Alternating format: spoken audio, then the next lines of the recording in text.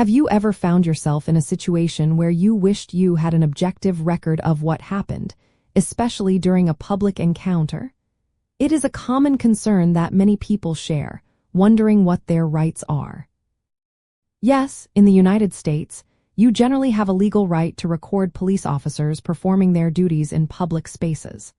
This right is largely protected by the First Amendment of the United States Constitution, which safeguards freedom of speech and of the press. This means that both audio and video recordings are typically permissible, as long as you are not interfering with their official duties or compromising safety. The underlying principle behind this right is transparency and accountability.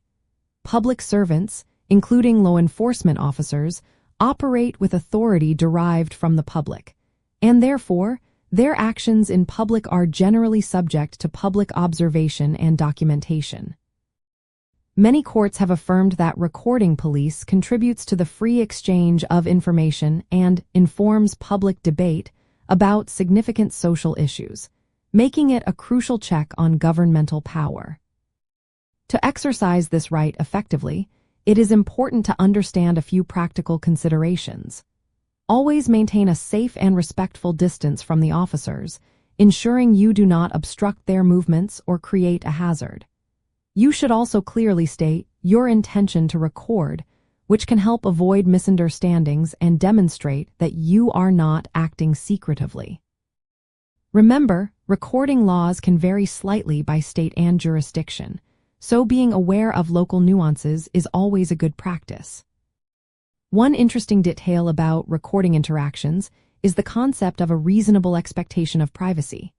In public places, police officers typically do not have a reasonable expectation of privacy, which is why recording them is generally allowed.